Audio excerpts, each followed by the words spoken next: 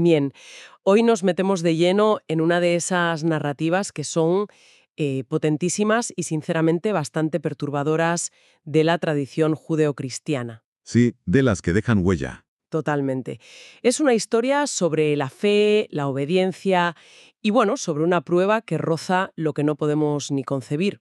Mm, Nuestro material es un único texto, un capítulo que narra un momento que lo cambia absolutamente todo en la vida de Abraham. el momento clave. El momento clave, cuando recibe la orden de sacrificar a su propio hijo, a Isaac. Y nuestra misión hoy es esa, desmenuzar la historia, ir más allá del simple relato. Eso es. No solo el qué pasa, sino el cómo se cuenta. Entender la tensión, que es asfixiante, y las implicaciones que tiene. Así que vamos a ello. Perfecto. Y creo que lo primero que hay que poner sobre la mesa es que el propio texto nos da la clave, desde el principio. ¿A qué te refieres? A que lo enmarca todo como una prueba. La primera frase es, literalmente, que probó Dios a Abraham, y esto es fundamental, vamos. Claro, te cambia la perspectiva. Exacto.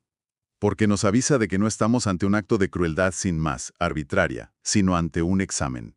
Un examen deliberado. Toda la atención del relato se basa en eso, en si Abraham superará la prueba, y sobre todo, a qué coste. Y vaya si arranca fuerte la prueba. La historia empieza con una orden que es de una brutalidad. Directísima. Dios le dice a Abraham, toma ahora tu hijo, tu único, Isaac, a quien amas, y vete a tierra de Moriah, y ofrécelo allí en holocausto. Es que, a ver, cada palabra parece escogida. Sí, sí, para hacer la herida más profunda. No es solo tu hijo, es tu único. Y por si no fuera suficiente, a quien amas. O sea, es una acumulación de detalles que te retuerce por dentro. Es una crueldad psicológica calculada, totalmente. Y lo que a mí me parece fascinante, o bueno, casi desconcertante, es la reacción de Abraham. ¿O la falta de ella? Es que no la hay. En otras historias, no sé, pensemos en Sodoma y Gomorra, Abraham le regatea a Dios, le debate, le busca los límites. Aquí nada. Silencio, silencio absoluto. Su respuesta es pura acción. El texto dice, y Abraham se levantó muy de mañana, y ya está, se pone en marcha. ¿Es verdad? Ni una queja, ni una pregunta, nada. Simplemente obedece. ¿Y por qué crees que hay esa diferencia? ¿Por qué aquí sí y en Sodoma no? Yo creo que el texto nos quiere mostrar un tipo de fe distinta, quizá más madura o más probada. En Sodoma, al final, defiende a otros. A inocentes, sí, pero a otros. Claro. Aquí la prueba es radicalmente personal. Le toca su propio futuro, la promesa hecha carne en su hijo Isaac. Así que esa obediencia silenciosa, metódica, se convierte en el pilar de todo. Corta la leña, prepara el asno. Todo con una calma que choca. Exacto, una calma que choca frontalmente con el horror de lo que se le ha pedido. Es un silencio que grita. Y ese silencio se alarga. El texto especifica que el viaje dura 3 días. 3 días. Es una tortura psicológica. Imagínate, 3 días de caminata padre e hijo juntos y solo uno de los dos sabe a dónde van de verdad. Uf. No puedo ni pensar en las conversaciones o más bien en los silencios de esa caminata. Y luego llega un detalle que siempre me ha parecido increíble. A ver, cuando ven el monte de lejos, Abraham les dice a sus siervos, «Esperad aquí, y yo y el muchacho iremos hasta allí y adoraremos y volveremos a vosotros». Volveremos, en plural. En plural. A ver, la pregunta es obvia. ¿Está mintiendo para que no le sigan y lo impidan? ¿O de verdad cree que van a volver los dos? Esa frase, volveremos a vosotros, es posiblemente uno de los puntos más debatidos de todo el relato.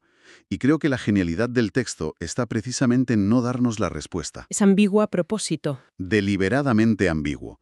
Puedes leerlo como una mentira piadosa, sí, para evitarse líos, pero también lo puedes leer como la declaración de fe más radical que existe. Como un confío pase lo que pase. Eso es, como si dijera, no sé cómo va a pasar, pero confío en que Dios proveerá una solución y regresaremos. Esa ambigüedad le da una profundidad psicológica tremenda. Te deja a ti, como lectora, la responsabilidad de interpretar esa fe. Exacto. Y justo después de esa frase, el narrador nos da otra imagen potentísima. Isaac carga con la leña para su propio sacrificio, mientras Abraham lleva el fuego y el cuchillo. Es una imagen con un patetismo terrible. muchísimo. Padre e hijo, cada uno con sus herramientas, caminando hacia un destino que solo uno conoce. Y después de esos 3 días de una tensión que casi se puede tocar, el silencio por fin se rompe. Y se rompe con la voz de Isaac, Ujú. con la pregunta más inocente y, en este contexto, la más demoledora posible. Padre mío, he aquí el fuego y la leña, mas ¿dónde está el cordero para el holocausto? Vaya tela. Es la lógica pura. Es la lógica de un niño chocando contra lo incomprensible. Después de tanto silencio, esa pregunta tan práctica te rompe el corazón. Es el momento en que la realidad choca con la fe. Es una pregunta infantil, pero a la vez es la más inteligente y pertinente que se puede hacer. Y la respuesta de Abraham es igual de crucial. Y de ambigua. Otra vez la ambigüedad. Sí. Le dice, Dios se proveerá de cordero para el holocausto, hijo mío. De nuevo, ¿qué significa esto? ¿Es una profecía? ¿Es una esperanza desesperada, casi una súplica? ¿O es la última evasiva para no decirle la verdad? Podría ser cualquiera de las tres, la verdad. Y el texto no nos ayuda, solo añade, e iban juntos. Me llama la atención que repita esa frase. Es como si quisiera subrayar esa unión física en el momento de mayor separación interna.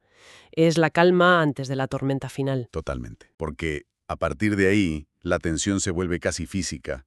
El texto describe cada acción de Abraham con una lentitud insoportable. Edificó el altar, compuso la leña, ató a Isaac. Lo puso en el altar, sobre la leña. No describe ninguna emoción. Solo acciones. Es frío. Ritual. Escalofriante. Te lleva como lector al borde del abismo. Y llega el clímax. Extendió a Abraham su mano y tomó el cuchillo para degollar a su hijo. Nos lleva hasta el último segundo, el punto de no retorno. Y justo ahí, La voz del cielo. La voz. Abraham, Abraham. El alivio al leer eso es increíble. Y la orden es tajante. No extiendas tu mano sobre el muchacho. Y justo después viene la justificación que es la clave de todo. Porque ya conozco que temes a Dios, por cuanto no me rehusaste tu hijo, tu único. o sea, el objetivo nunca fue la muerte de Isaac. Nunca. El objetivo era conocer la profundidad de su lealtad.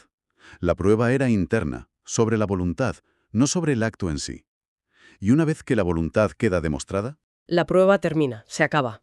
Y es entonces, y solo entonces, cuando Abraham levanta la vista y ve la solución. Un carnero atrapado en un zarzal. La provisión. La provisión de la que hablaba se hace real. Dios efectivamente ha provisto. Es un alivio narrativo inmenso. Y bueno, una pensaría que ahí se acaba la historia, ¿no? Prueba superada, a casa. Pero no. hay más. El ángel habla por segunda vez. Sí. ¿Y por qué es tan importante esta segunda parte? Pues es fundamental, porque no es solo un bien hecho, has aprobado. La obediencia de Abraham no solo le devuelve a su hijo, sino que desbloquea una bendición de unas proporciones gigantescas. La promesa se amplía, se reafirma y se amplía de una manera increíble. Y fíjate en la solemnidad. La voz divina jura por mí mismo. En el lenguaje de la época no hay un juramento más poderoso que ese. Es un contrato inquebrantable. Y la promesa en sí es una locura. La descendencia será incontable, como las estrellas del cielo y como la arena que está a la orilla del mar. Son dos metáforas de lo infinito, exacto. Pero la parte más importante para mí es la que viene después. La promesa deja de ser algo familiar, tribal. Y se vuelve universal. En tus cimientos serán benditas todas las naciones de la tierra.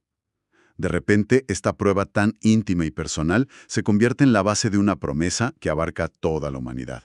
Vale, entonces tenemos el drama, la prueba, la intervención y la promesa cósmica. Y después de este clímax tan brutal, la historia termina de una forma que parece, no sé, un poco anticlímax. Un poco abrupta, sí. Nos dice que Abraham vuelve con sus siervos y se van a vivir a Beerseba. Y de repente el texto cambia de tema y nos suelta una lista de parientes. Una genealogía. Sí, fue dada noticia a Abraham diciendo, «He aquí que también Milca ha dado a luz hijos a Nahor, tu hermano», y sigue con una lista de nombres. Sinceramente, la primera vez que lo lees parece un añadido, como si al autor se le hubiera olvidado y lo mete al final. Pero aquí hay algo más, ¿verdad? Totalmente. Esto es un ejemplo perfecto de cómo estos textos funcionan a varios niveles. A primera vista es una genealogía que, bueno, te puedes saltar, pero si te fijas bien es la continuación perfecta del tema de la provisión divina. A ver, explícate. Dentro de esa lista de nombres que parece aleatoria, al final del todo aparece uno. Y Betuel fue el padre de Rebeca. Rebeca, claro. Rebeca, la futura esposa de Isaac. Exacto. O sea que no es un añadido sin más, es un golpe de genio narrativo. Qué bueno. El texto nos está diciendo, mientras Abraham estaba en el monte, superando la prueba más dura de su vida para que su linaje continuara, Dios ya estaba, en otro lugar, preparando la siguiente pieza del puzzle. La persona que permitiría que esa promesa se cumpliera. Es la demostración de que Dios proveerá y va mucho más allá. Mucho más allá del carnero de ese día. Se refiere a un plan a largo plazo, que se despliega en lugares que los protagonistas ni conocen. Es la provisión en mayúsculas. Es fascinante cómo, al analizarlo así, todo encaja. Hemos visto cómo una historia de obediencia casi inhumana se convierte en el pilar de una promesa universal. Cada detalle, el lenguaje, el silencio, la pregunta del niño, la respuesta del padre, y hasta esa genealogía final, todo está colocado. Sí, es una pieza literaria de una complejidad asombrosa. Y si me permites, para cerrar, querría dejar un pensamiento. Adelante. Nos hemos centrado casi por completo en Abraham, porque el texto nos obliga a ello. Es su perspectiva, su prueba. Pero Isaac, que es al fin y al cabo la víctima designada, apenas habla. Es verdad, es una figura casi silenciosa. Salvo por esa única y crucial pregunta, es prácticamente mudo. Y eso nos deja con una pregunta muy potente. ¿Qué significa el silencio de Isaac en esta historia? ¿Es sumisión a su padre? ¿Confianza ciega? ¿O es quizá el silencio del miedo, de un terror que lo paraliza? El texto no nos lo dice. Nos deja ese espacio enorme para que cada cual explore su papel en este drama. ¿Qué historia se cuenta si la miramos no desde los ojos del padre que empuña el cuchillo, sino desde el silencio del hijo atado en el altar? Es una pregunta que, creo, resuena con mucha fuerza.